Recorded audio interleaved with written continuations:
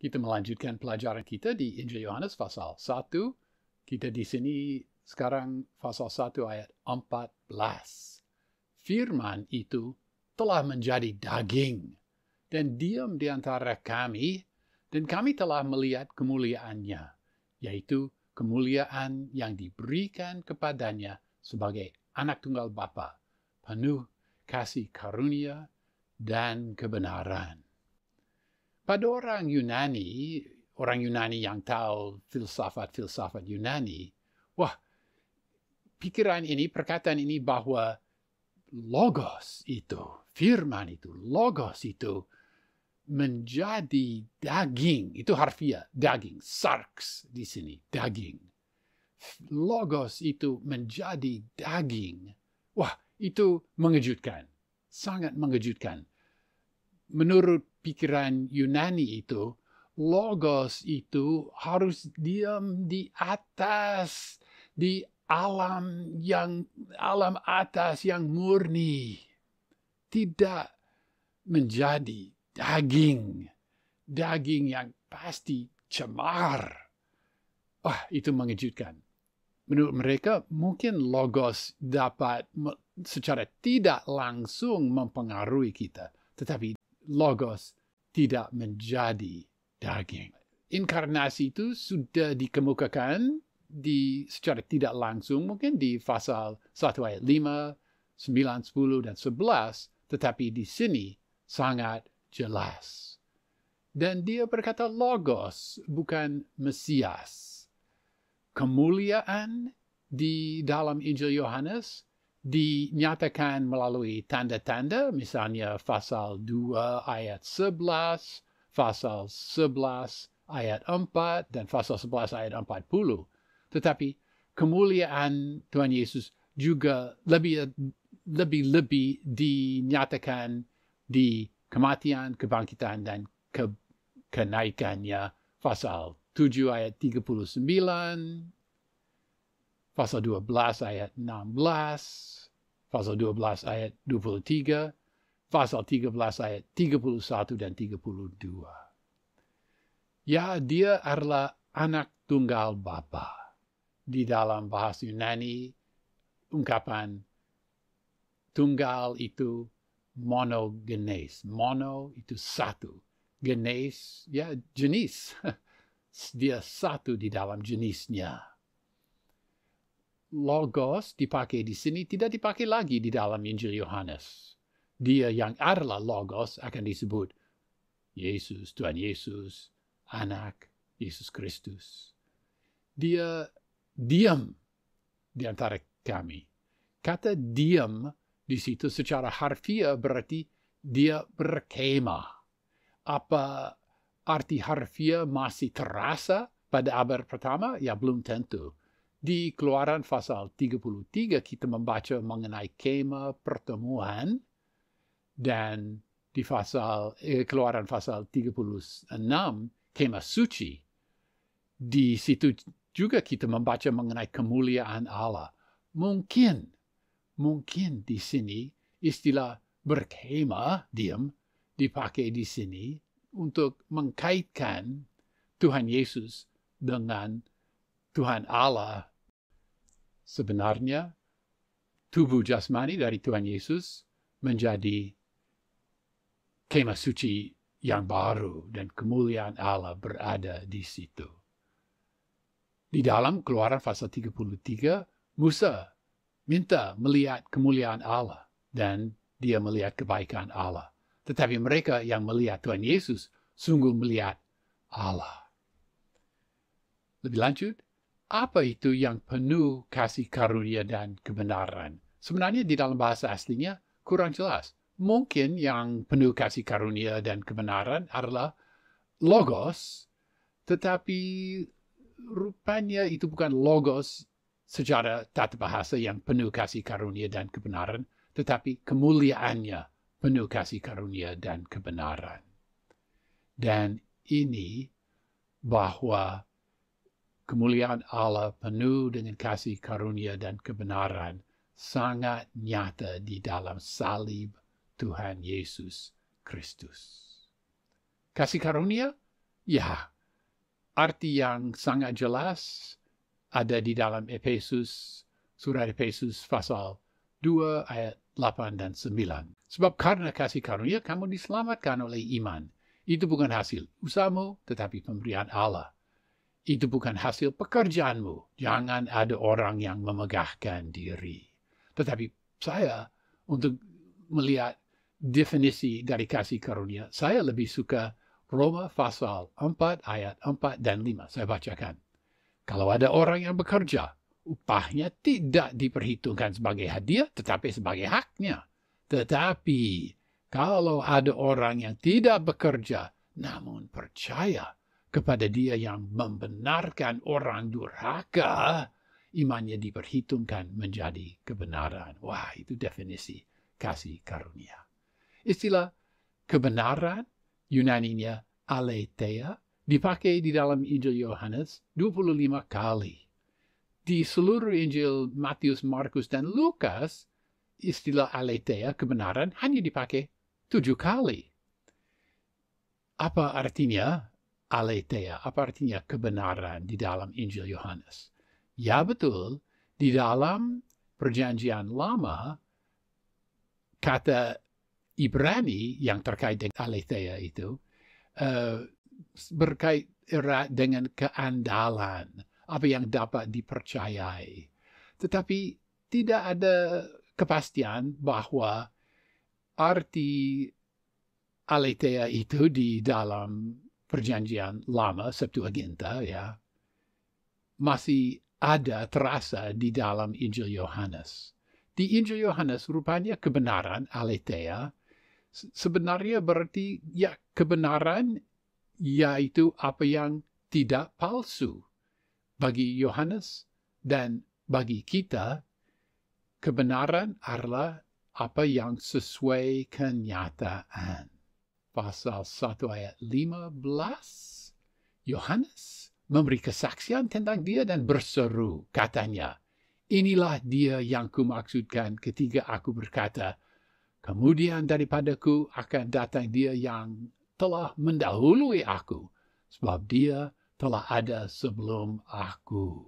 Ya, di sini Rasul Yohanes kembali ke saksi Yohanes Pembaptis.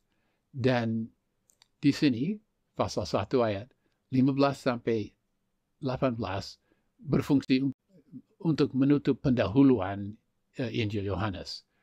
4 ayat ini menekankan keunikan Tuhan Yesus Kristus. Nah, di dalam budaya Yahudi, Dia yang lebih dulu, Dia lebih agung, lebih penting. Misalnya Abraham lebih besar, lebih agung daripada Ishak. Yohanes Pembaptis dan Yohanes Rasul mau memastikan supaya pola budaya itu tidak berlaku di sini, supaya pembaca paham bahwa walaupun tanggal lahirnya Yohanes Pembaptis mendahului tanggal lahir Tuhan Yesus Kristus, Tuhan Yesus lebih agung daripada Yohanes Pembaptis. Dan sebenarnya Tuhan Yesus mendahului Yohanes Pembaptis karena Dia telah ada sebelum Yohanes, Dia kekal. Dan sejak kekekalan ada Tuhan Yesus Kristus. Lihat misalnya Yohanes pasal 8 ayat 58. Ayat 16. Karena dari kepenuhannya kami semua telah menerima kasih karunia ganti kasih karunia. Ini mengembangkan apa yang dikemukakan di dalam ayat 14 secara harfiah di sini, kasih karunia di tempat kasih karunia. Sebenarnya agak rumit menerjemahkan ungkapan ini, tetapi berarti bahwa kasih karunia berkelimpahan. Hukum Taurat itu tidak bergerak, itu statis. Tetapi kasih karunia Allah berkelimpahan secara dinamis. Pasal 1 ayat 17. Sebab hukum Taurat diberikan melalui Musa, tetapi kasih karunia dan kebenaran jadi melalui Yesus Kristus. Ayat kunci ini menjelaskan ayat yang sebelumnya. Bagaimana caranya Tuhan Allah memastikan supaya kita menerima kasih karunia yang begitu berkelimpahan? Ya, jawabannya, walaupun dulu mereka memiliki hukum Taurat, tetapi sekarang melalui berkat Yesus Kristus kita menerima kasih karunia dan kebenaran. Ya, sekali lagi, ini suatu ayat yang sangat penting. Ini ayat kunci terutama bagi pasal 2 sampai pasal 7. Sekali lagi, saya bacakan. Sebab hukum Taurat diberikan melalui Musa. Ada hukum Taurat, ada Musa. Dan ada kasih karunia dan kebenaran melalui Yesus Kristus. Ada kontras. Ada Musa, ada Yesus Kristus. Ada hukum Taurat, ada kasih karunia dan kebenaran. Kontras ini nyata di ayat ini, tetapi kontras ini akan diperkembangkan di dalam pasal ini dan sampai pasal 7. Peristiwa-peristiwa dan ayat-ayat yang berikut mengkontraskan hukum Taurat atau tradisi-tradisi Yahudi atau Musa dengan kasih karunia dan kebenaran yang ada di dalam Yesus Kristus. Misalnya, pasal 1 ayat 33, ada baptisan dengan air, ada baptisan dengan roh.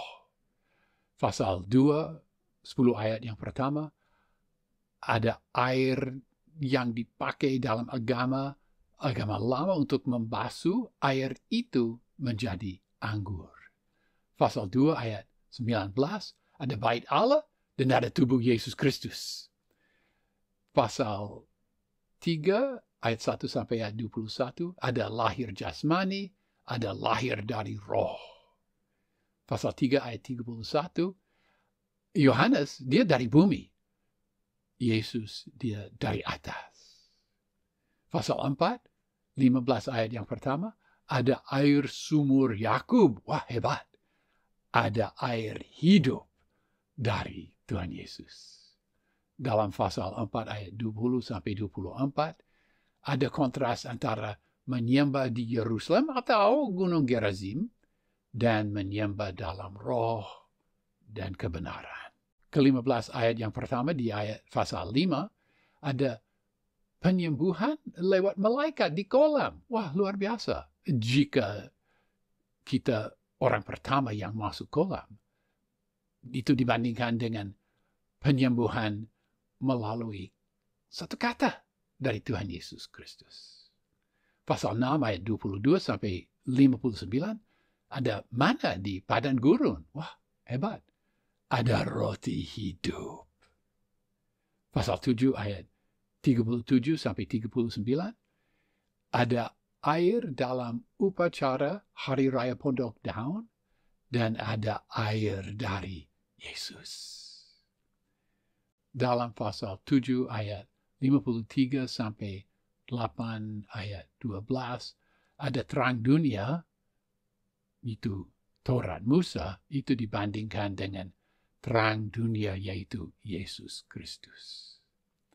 Dan juga pasal 8 ayat 32 sampai 42, ada kemerdekaan dalam Musa dibandingkan dengan kemerdekaan dalam Yesus Kristus. Jadi ada cukup banyak peristiwa sebenarnya dari pasal 1 sampai pasal 8, di mana melalui perkataan dan melalui perbuatan, Musa hukum Taurat, tradisi orang Yahudi, ya, dibandingkan dengan kasih karunia dan kebenaran dalam Yesus Kristus. Dan itu pokok hal yang paling penting di dalam bagian itu. Bagian ini menyatakan bahwa hukum Musa sebagai sistem hukum yang dulu berlaku tidak berlaku lagi.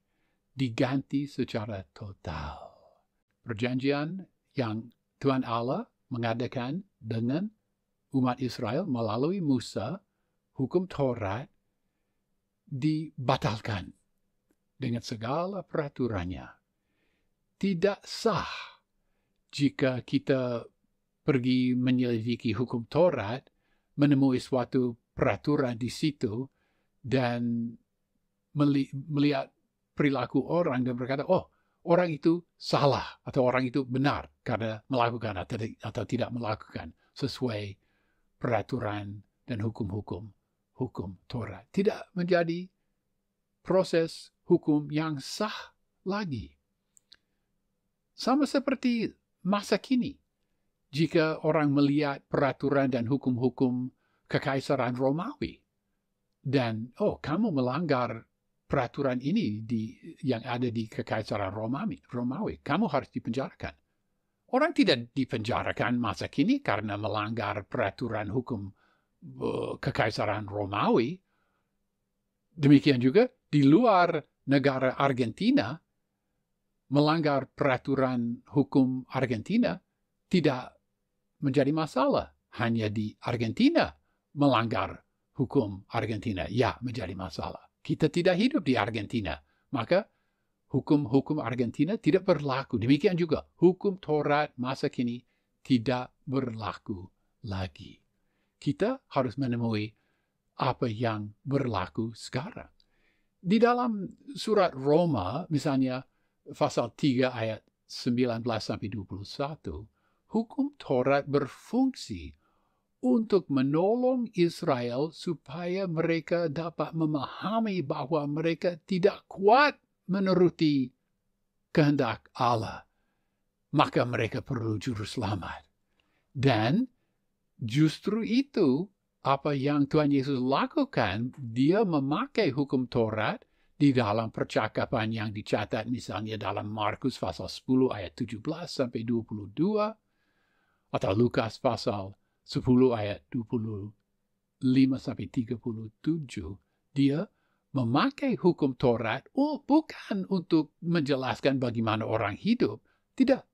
Di situ dan di firman yang lain, Tuhan Yesus melakukan hukum Taurat untuk membuktikan, meyakinkan orang bahwa mereka tidak mampu menuruti hukum Taurat. Maka sebaiknya mereka mencari juru selamat. Dan hukum Taurat tidak dapat dicampuri di dalam kasih karunia dan kebenaran. Ada hukum Taurat, ada kasih karunia dan kebenaran di dalam Yesus Kristus. Dan kita tidak boleh campur. Oh, ini masuk ini. Ya. Ikut sistem ini, boleh. Tapi kita tidak boleh meloncat antara kedua sistem itu. Paulus dan Tuhan Yesus mau supaya kita ikut kasih karunia dan kebenaran yang ada di dalam Tuhan Yesus Kristus. Pasal 1 ayat 18, tidak seorang pun yang pernah melihat Allah, tetapi anak tunggal yang ada di pangkuan Bapa, dialah yang menyatakannya. Ya, ayat ini mengembangkan ayat itu tadi bahwa kasih karunia dan kebenaran datang melalui Yesus Kristus. Kita boleh bertanya, apa di sini istilah Allah merujuk pada Allah Bapa atau kepada Allah yang Tritunggal? Ya, sebenarnya kurang jelas, tetapi arti dari ayat ini tidak banyak diubahkan. Bahwa tidak ada orang yang dapat melihat Allah, memang itu dikatakan di dalam Perjanjian Lama dan Perjanjian Baru. Keluaran pasal 33 ayat 20-23 berkata lagi firman-Nya, engkau tidak tahan memandang wajahku, sebab tidak ada orang yang memandang aku dapat hidup. Ada suatu tempat dekatku di mana engkau dapat berdiri di atas gunung batu. Apabila kemuliaanku lewat, maka aku akan menempatkan engkau di dalam lekuk gunung itu, dan aku akan menudungi engkau dengan tanganku sampai aku berjalan lewat. Kemudian aku akan menarik tanganku dan engkau akan melihat belakangku. Tetapi wajahku tidak akan kelihatan. Kita boleh juga melihat Yohanes pasal 5 ayat 37 dan pasal 6 ayat 46. Ya, tapi di dalam Keluaran pasal 24, 9-11, Musa, Harun, Nadab, Abihu, dan ke-70 penatua Israel, mereka melihat Allah Israel. Dan mereka tidak dimusnahkan. Di dalam Yesaya pasal 6, Yesaya melihat Allah. Mungkin penjelasan Morris paling tepat di sini. Dia melihat tidak ada kontradiksi karena sebelum anak Allah menjadi manusia, sebelum inkarnasi, setiap kali orang memandang Allah, pemandangan mereka hanya tidak lengkap. Seperti jelas dari Keluaran pasal 33 tadi. Tetapi sekarang kepenuhan Allah dinyatakan di dalam Yesus Kristus. Ini sesuai surat Ibrani pasal 1 ayat 1 dan 2. Setelah pada zaman dahulu Allah berulang kali dan dalam pelbagai cara berbicara kepada nenek moyang kita dengan perantaraan nabi-nabi, maka pada zaman akhir ini Ia telah berbicara kepada kita dengan perantaraan anaknya, yang telah Ia tetapkan sebagai yang berhak menerima segala yang ada. Oleh Dia Allah telah menjadikan alam semesta. Dan juga lihat Kolose pasal 1 ayat 15, di mana Paulus berkata bahwa Tuhan Yesus adalah gambar Allah yang tidak kelihatan. Di dalam pasal 1 ayat 1 kita membaca bahwa Logos itu bersama Allah. Ada hubungan erat antara Allah Bapa dan Logos itu, dan ini menjadi nyata di kalimat terakhir di dalam pendahuluan ini, berkata, anak tunggal yang ada di pangkuan Bapa. Persekutuan yang akrab ini berarti kita dapat meyakini pernyataan Allah di dalam Yesus Kristus yang dinyatakan di seluruh Injil Yohanes. Istilah pangkuan ini kurang tepat sedikit. Apa terjemahan yang tepat? Ini berasal dari kebiasaan orang Yahudi pada masa Yohanes, di mana mereka bersandar, mereka berbaring untuk makan, dan berbaring jika misalnya kita berbaring di atas sebelah kiri supaya tangan kanan boleh dipakai untuk makan, dan kita boleh, siapa di sini sebelah kiri dari kita boleh bersandar pada dia. Dan ini menceritakan hubungan yang sangat akrab. Makan bersama-sama, santai bersama, berbicara. Sangat akrab.